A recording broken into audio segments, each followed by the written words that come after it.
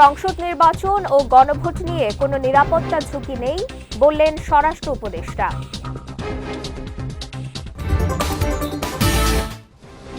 Pay scale বাস্তবায়ন করবে না অন্তর্বর্তী সরকার, জানালেন জ্বালানি উপদেষ্টা।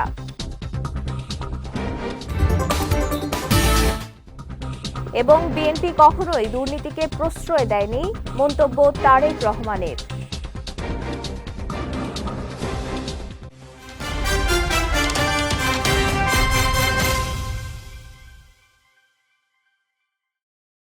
আসসালামু আলাইকুম। পুষ্টিচা নিবেদিত বিজয় রাতের সংবাদে আমন্ত্রণ জানাচ্ছি আমি সঞ্জিদা আজিজ।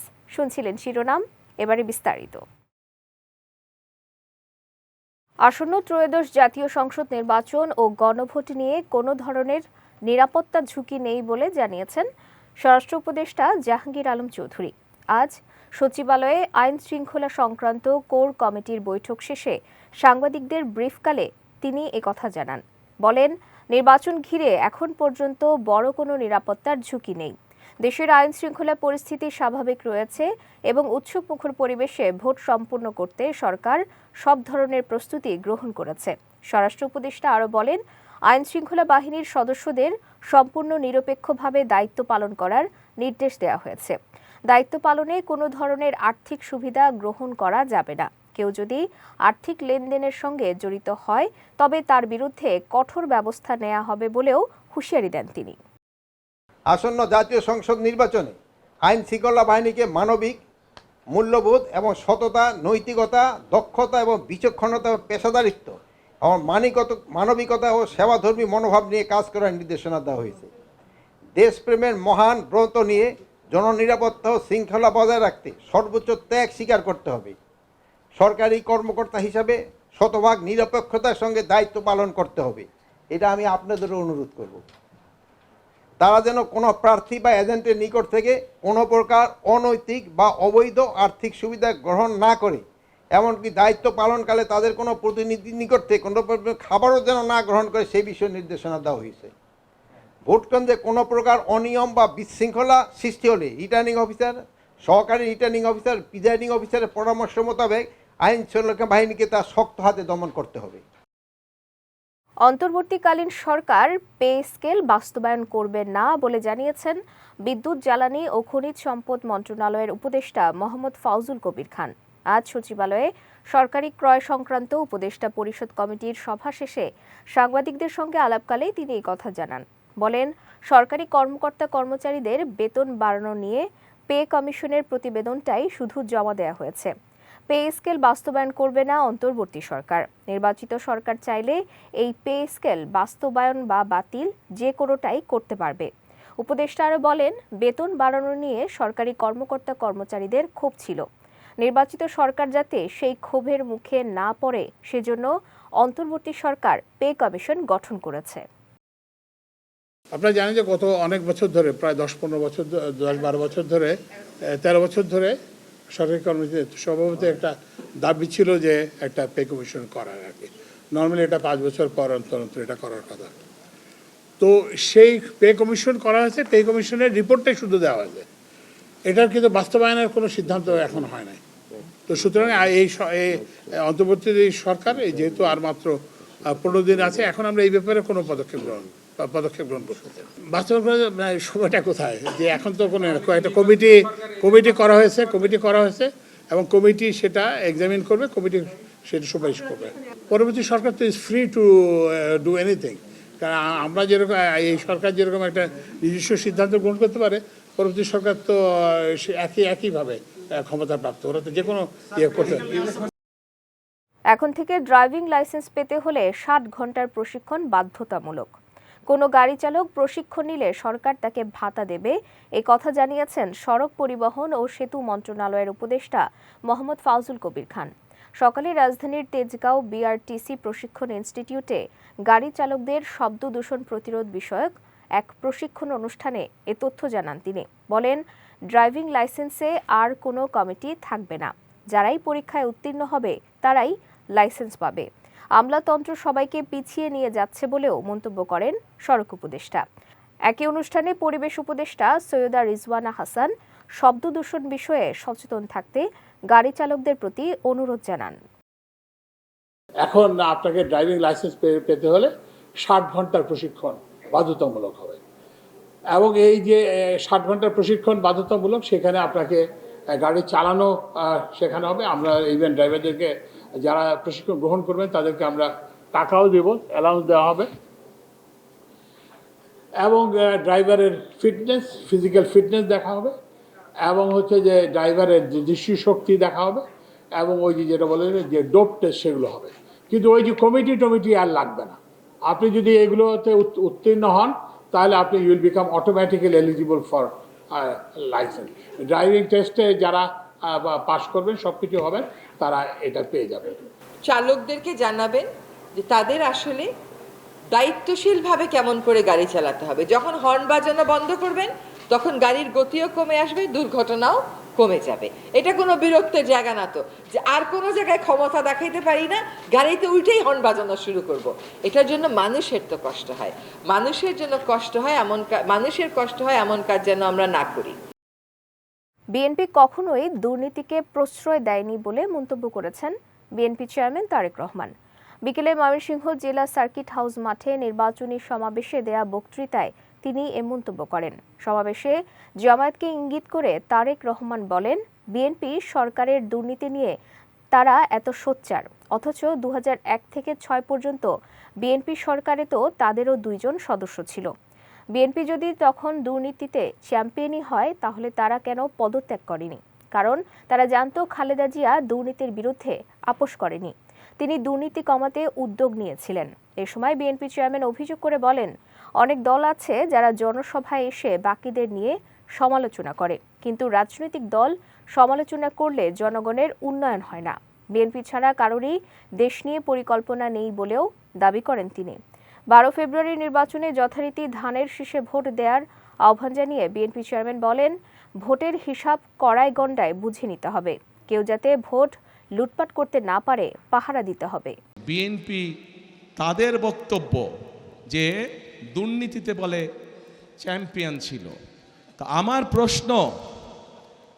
প্রশ্ন 2001 থেকে 2006 সাল পর্যন্ত তাদেরও তো 2 জন সদস্য বিএনপির সরকারে ছিল না? ছিল। তো বিএনপি যদি অতই খারাপ হয় তাহলে ওই 2 ব্যক্তি কেন পদত্যাগ করে চলে আসেনি?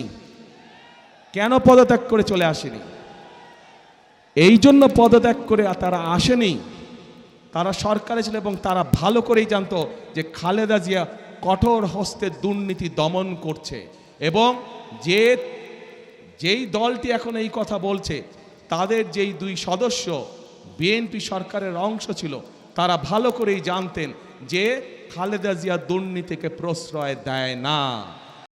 24 জুলাই অভ্যুত্থানের প্রথম শহীদ রংপুর বেগম রোকেয়া বিশ্ববিদ্যালয়ের শিক্ষার্থী আবু সাইদ হত্যা মামলায় প্রসিকিউশন ও আসামি পক্ষের যুক্তিতর্ক শেষ হয়েছে। মানবতা বিরোধী অপরাধের এই মামলার রায় যে কোনো দিন ঘোষণা করা হবে বলে জানিয়েছেন ট্রাইব্যুনাল। আজ আন্তর্জাতিক অপরাধ ট্রাইব্যুনাল 2 এর সদস্য বিচারক মোহাম্মদ মঞ্জুরুল বাসিদের নেতৃত্বাধীন 2 সদস্যের বিচারিক প্যানেল এ আদেশ দেন। এ মামলায় বেগম রোকেয়া বিশ্ববিদ্যালয়ের সাবেক ভিসি হাসিবুর রহমান সহ 30 জন আসামি, তবে গ্রেফতার আছেন 6 জন। প্রসিকিউশন বলছে 25 জনের সাক্ষ্য গ্রহণের মধ্য দিয়ে মামলাটি প্রমাণে যথেষ্ট তথ্য প্রমাণাদি উপস্থাপন করেছেন তারা। আসামিদের সর্বোচ্চ শাস্তির দাবি করেন রাষ্ট্রপক্ষ, তবে আসামি পক্ষের আইনজীবীরা তাদের মক্কেলদের খালাস চেয়েছেন। এর আগে গত 21 জানুয়ারি প্রসিকিউশনের যুক্তিতর্ক শুরু হয়ে 25 জানুয়ারি শেষ হয়। 25 জন সাক্ষী এই মামলায় ট্রাইব্যুনালে উপস্থাপন করেছি এবং অকাট্য নিশ্চিদ্র প্রমাণ দ্বারা উপস্থাপন সক্ষম হয়েছি। যাদের বিরুদ্ধে আমরা অভিযোগ দায়ের করেছি তারা সকলেই মামলার সাথে সংশ্লিষ্ট, সকলের বিরুদ্ধেই অভিযোগ আমরা প্রমাণ করতে পেরেছি এবং আমরা আশা করছি যে মামলার রায় দ্রুত হবে, কারণ অনারেবল ট্রাইব্যুনাল এটা অপেক্ষমান তালিকায় রেখেছেন আশুলিয়ার লাশ পোড়ানোর মামলার মতো। আমরা আশা করছি খুব শীঘ্রই এই মামলার রায় আমরা পাব। বর্তমান সংবিধানে যে ব্যবস্থা রয়েছে তাতে আরও এক ফ্যাসিবাদের উত্থান হওয়া সম্ভব, তাই জুলাই সনদ বাস্তবায়ন করতে হবে বলে জানান প্রধান উপদেষ্টার বিশেষ সহকারী অধ্যাপক আলী রিয়াজ। সকালে জাতীয় জাদুঘরে হিন্দু ধর্মীয় কল্যাণ ট্রাস্টের মতবিনিময় সভায় তিনি আরও বলেন, প্রত্যেক ধর্মের সুরক্ষার জন্য সবাইকে ঐক্যবদ্ধ হয়ে কাজ করতে হবে। ধর্মীয় স্বাধীনতা নিশ্চিত করার গ্যারান্টি হচ্ছে গণভোটে হ্যাঁর পক্ষে রায় দেয়া। জুলাই সনদে সকল সম্প্রদায়ের সহাবস্থান ও যথাযথ মর্যাদা নিশ্চিত করা হয়েছে বলেও জানান আলী রিয়াজ। জুলাই জাতীয় সনদে সুস্পষ্টভাবে বলা হয়েছে যে সংবিধানে এরূপ যুক্ত করা হবে যে বাংলাদেশ একটি বহু জাতিগোষ্ঠী, বহু ধর্মী, বহুভাষী ও বহু সংস্কৃতির দেশ, যেখানে সকল সম্প্রদায়ের সহাবস্থান ও যথাযথ মর্যাদা নিশ্চিত করা হবে। বলা হয়েছে যে যেই রাজনৈতিক দলই ক্ষমতায় যাবেন তাকে এই সংবিধানে এটা যুক্ত করতে হবে। এইটাই হচ্ছে জুলাই জাতীয় সনদ নাগরিক হিসেবে প্রত্যেকটা মানুষের জন্য, বাংলাদেশের নাগরিক হিসেবে, বাংলাদেশি হিসেবে আমাদের যে অধিকার, সেটা যেন জাতিগোষ্ঠীর নামে, ধর্মের নামে, বর্ণের নামে, এলাকার নামে কোনোভাবেই আমাদের বঞ্চিত করা না সম্ভব হয় কোনো সরকারের পক্ষে। সেই কারণে সংবিধানে সুস্পষ্টভাবে এইটা যুক্ত করার কথা রাজনৈতিক দলগুলোর কাছে প্রস্তাব করা হয়েছে এবং 29টি রাজনৈতিক দল এই বিষয়ে একমত হয়েছেন যে ভবিষ্যতে সংবিধানে এটা সুস্পষ্টভাবে উল্লেখ করা হবে। সারা দেশে জামায়াতের নারী কর্মী হেনস্থা, তাদের ওপর হামলা এবং কার্যক্রমে বাধা দেওয়ার প্রতিবাদে আগামী 31 জানুয়ারি রাজধানীর সোহরাওয়ার্দী উদ্যানে নারী সমাবেশ অনুষ্ঠিত হবে বলে জানিয়েছেন দলটির নায়েবে আমির ডাক্তার সৈয়দ আবদুল্লাহ মোহাম্মদ তাহের। সকালে জামায়াতের কেন্দ্রীয় কার্যালয়ের এক সংবাদ সম্মেলনে তিনি কথা জানান। বলেন, জামায়াতের কেন্দ্রীয় মহিলা বিভাগের উদ্যোগে এই নারী সমাবেশ অনুষ্ঠিত হবে। এ সময় তিনি অভিযোগ করেন, জনগণের সমর্থন নেই জেনে পরিকল্পিতভাবে জামায়াতের নারী কর্মীদের ওপর হামলা চালাচ্ছে বিএনপি। নারীদের উপরে এই অত্যাচারের এবং নারীদের কাজে বাধা দেওয়ার এবং হামলার প্রতিবাদে আমরা আমাদের যে নারী সংগঠন আছে, সেই নারী সংগঠনের উদ্যোগে আগামী 31 তারিখ আমরা একটা প্রতিবাদ নারী সমাবেশ করব সোহরাওয়ার্দী উদ্যানে। সকাল 10:30 এই প্রতিবাদ সমাবেশ শুরু হবে এবং এই প্রথমবার বলা যায় আমাদের নারীদের বাধ্য হয়ে আমাদের নারী সংগঠনের কর্মীরা প্রকাশ্যে এসে এটার প্রতিবাদে তারা এই সমাবেশ করবেন। যদি তাতেও সমস্যার সমাধান না হয় তাহলে আমাদের মহিলাদের পক্ষ থেকেও আরও ব্যাপক কর্মসূচি থাকবে।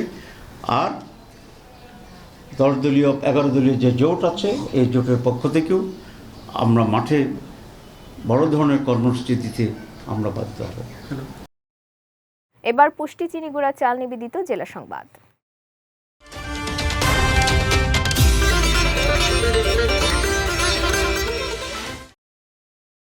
আওয়ামী ফ্যাসিস্ট ও তাদের সহযোগী জঙ্গিরা দেশ ছেড়ে পালিয়ে যাওয়ায় নির্বাচন ভণ্ডুলের আশঙ্কা নেই বলে মন্তব্য করেছেন স্বরাষ্ট্র উপদেষ্টা জাহাঙ্গীর আলম চৌধুরী।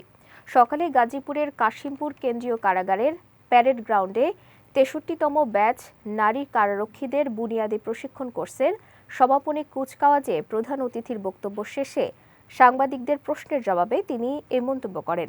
বলেন, নির্বাচন ভণ্ডুল করার কোনো সম্ভাবনা নেই। এ সময় দুর্নীতি দেশের সবচেয়ে বড় শত্রু মন্তব্য করে স্বরাষ্ট্র উপদেষ্টা বলেন, দুর্নীতি শুধু অর্থনৈতিক ক্ষতি করে না, এটি রাষ্ট্রীয় প্রতিষ্ঠানকে ভেতর থেকে ক্ষয় করে এবং জনগণের বিশ্বাস ভেঙে দেয়। এর আগে স্বরাষ্ট্র উপদেষ্টা প্যারেড গ্রাউন্ডে পৌঁছালে তাকে স্বাগত জানান কারা মহাপরিদর্শক ব্রিগেডিয়ার জেনারেল সৈয়দ মোহাম্মদ মোতাহের হোসেন সহ অন্য কর্মকর্তারা। জামায়াতের আদর্শিক প্রচারণায় কারো বাধা দেওয়ার এখতিয়ার নেই বলে মন্তব্য করেছেন দলটির আমির ডাক্তার শফিকুর রহমান। বলেন, এখন থেকে নির্বাচনী প্রচারণায় বাধা কিংবা নারীদের লাঞ্ছিত করা হলে তা প্রতিরোধ করা হবে। সকালে যশোরের কেন্দ্রীয় ঈদগাহ মাঠে নির্বাচনী জনসভায় যোগ দিয়ে তিনি এসব কথা বলেন। জামায়াতের আমির আরও বলেন, ক্ষমতায় গেলে সকল সিন্ডিকেটের মূলোৎপাটন করে দখল ও চাঁদাবাজি বন্ধ করবে জামায়াত। এ সময় বেকারদের কর্মমুখী করার পাশাপাশি নারীদের জন্য পৃথক যোগাযোগ ব্যবস্থা ও গণশৌচাগারের ব্যবস্থা করার প্রতিশ্রুতিও দেন তিনি। যশোরের কর্মসূচি শেষ করে পরে তিনি সাতক্ষীরার নির্বাচনী জনসভায় যোগ দেন। সামরিক বাহিনী ও বেসামরিক প্রশাসনকে পেশাদারিত্ব, নিরপেক্ষতা ও নাগরিক বান্ধব আচরণের মাধ্যমে আসন্ন ত্রয়োদশ জাতীয় সংসদ নির্বাচন ও গণভোটে দায়িত্ব পালনের আহ্বান জানিয়েছেন সেনাপ্রধান জেনারেল ওয়াকারুজ্জামান। আজ রংপুর সার্কিট হাউসে আয়োজিত সামরিক ও বেসামরিক প্রশাসনের কর্মকর্তাদের সঙ্গে মতবিনিময় সভায় তিনি এ আহ্বান জানান। বলেন, আসন্ন জাতীয় সংসদ নির্বাচন ও গণভোট সুষ্ঠুভাবে সম্পাদনের জন্য সামরিক বেসামরিক প্রত্যেক প্রতিষ্ঠানকে সমন্বিতভাবে কাজ করতে হবে। সভা শেষে নির্বাচনী দায়িত্বে মোতায়েন করা সেনা সদস্যদের কার্যক্রম পরিদর্শন করেন তিনি। শহীদ আবু সাইদ স্টেডিয়ামে সেনা সদস্যদের উদ্দেশ্যে বক্তব্য রাখেন সেনাপ্রধান। এ সময় তিনি সর্বোচ্চ পেশাদারিত্ব ও নিরপেক্ষতার সঙ্গে দায়িত্ব পালনের পাশাপাশি সবাইকে নাগরিক বান্ধব আচরণের নির্দেশ দেন। নির্বাচন কমিশনার আবুল ফজল মোহাম্মদ সানাউল্লাহ বলেছেন, কোনো অবস্থাতে ভোটের সততা নষ্ট হওয়ার বিষয়ে ছাড় দেয়া হবে না। কেউ যদি যথাযথ প্রক্রিয়া অনুশীলন না করে ভোট প্রদান করে তাহলে তার ভোট বাতিল হয়ে যাবে। সকালে ত্রয়োদশ জাতীয় সংসদ নির্বাচন ও গণভোটকে সামনে রেখে নোয়াখালী জেলা প্রশাসকের কার্যালয়ের সম্মেলন কক্ষে আয়োজিত সভায় প্রধান অতিথির বক্তব্যে তিনি এসব কথা বলেন। নির্বাচন কমিশনার বলেন, এবার ভোটাররা ভোট দেওয়ার জন্য অধীর আগ্রহ নিয়ে বসে আছে। এজন্য সকলের উচিত সুন্দরভাবে উৎসবমুখর পরিবেশে তাদের সেই প্রত্যাশা পূরণ করা, যেন সবাই শান্তিপূর্ণভাবে ভোট দিতে পারে। তবে নির্বাচনে কেউ যেন বাধা দিতে না পারে সে বিষয়ে প্রশাসনকে সজাগ থাকার আহ্বান জানান তিনি।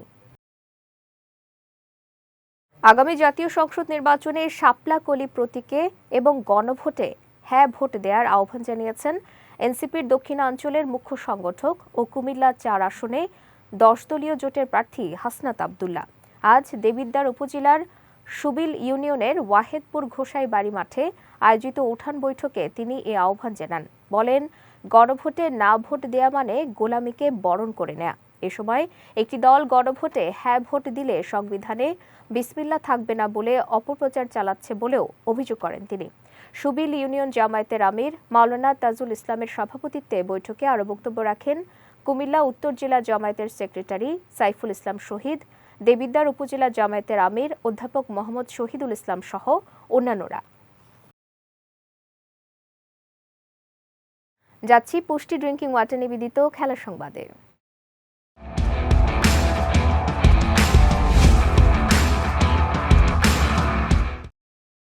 টি-20 বিশ্বকাপ কভার করতে বাংলাদেশি গণমাধ্যম কর্মীদের করা আবেদন বাতিল করে দিয়েছে আইসিসি। ক্রিকেটের সর্বোচ্চ নিয়ন্ত্রক সংস্থার এই সিদ্ধান্ত ঘিরে বাংলাদেশের মিডিয়া অঙ্গনে তৈরি হয়েছে তীব্র ক্ষোভ। ভারতীয় সংবাদ মাধ্যম এনডিটিভিকে দেয়া এক সাক্ষাৎকারে আইসিসির এক কর্মকর্তা জানিয়েছেন, নিরাপত্তা ইস্যু দেখিয়ে বিশ্বকাপে ভারতে যেতে চায়নি বাংলাদেশ দল। ঠিক একই ইস্যুতে বাংলাদেশি সাংবাদিকদের অ্যাক্রিডিটেশন কিংবা ভিসা দেয়নি আইসিসি। তবে ভারতের সঙ্গে সহ আয়োজক হিসেবে থাকা শ্রীলঙ্কার মাটিতে কেন কভার করতে পারবেন না বাংলাদেশিরা, উঠছে সেই প্রশ্নটিও। এ বিষয়ে বিসিবির মিডিয়া কমিটির চেয়ারম্যান বলেছেন, এ ব্যাপারে জানতে চেয়ে আইসিসিকে মেইল দেওয়া হয়েছে। এর আগে নিরাপত্তা ইস্যু দেখানোর পর বিশ্বকাপ থেকে বাংলাদেশকে সরিয়ে স্কটল্যান্ডকে নেয়ার সিদ্ধান্ত নেয় আইসিসি। 2029 ফিফা ক্লাব বিশ্বকাপ আয়োজন করতে যাচ্ছে 5 বারের বিশ্ব চ্যাম্পিয়ন ব্রাজিল। রিও দে জেনেইরোতে নিজেদের আগ্রহের কথা আনুষ্ঠানিকভাবে ফিফাকে জানিয়েছে ব্রাজিল। আগামী বছরের নারী বিশ্বকাপের প্রস্তুতি দেখতে ব্রাজিলে ভ্রমণকালীন সময় ফিফার সভাপতি জিয়ান্নি ইনফান্তিনোর সঙ্গে বৈঠকে এ প্রস্তাব দেওয়া হয় ব্রাজিলিয়ান ফুটবল কনফেডারেশনের পক্ষ থেকে। এর আগে দুবার ছেলেদের ফুটবল বিশ্বকাপ আয়োজন করেছে তারা। এছাড়া মেয়েদের বিশ্বকাপের আগামী আসরের স্বাগতিকও ব্রাজিল। আগামী বছরের জুন জুলাইয়ে ব্রাজিলের 8টি শহরে হবে এই বিশ্বকাপ।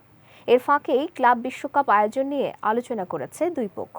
তবে 2029 ক্লাব বিশ্বকাপের স্বাগতিক নির্ধারণের পদ্ধতি এখনও চূড়ান্ত করেনি ফিফা। পুষ্টিচা নিবেদিত বিজয় রাতের সংবাদ শেষ করার আগে শিরোনামগুলো দেখে নিচ্ছি আরও একবার।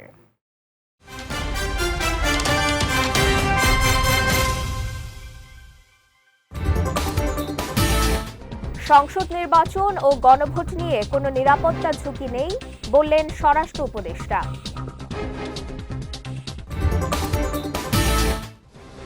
পে স্কেল বাস্তবায়ন করবে না অন্তর্বর্তী সরকার, জানালেন জ্বালানি উপদেষ্টা।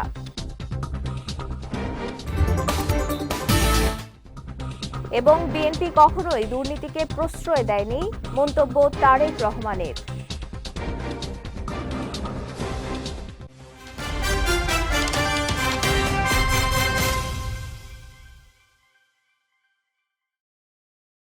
বিজয় রাতের সংবাদ শেষে আজকের মতো আমি সঞ্জিদা আজিজ আপনাদের কাছ থেকে বিদায় নিচ্ছি।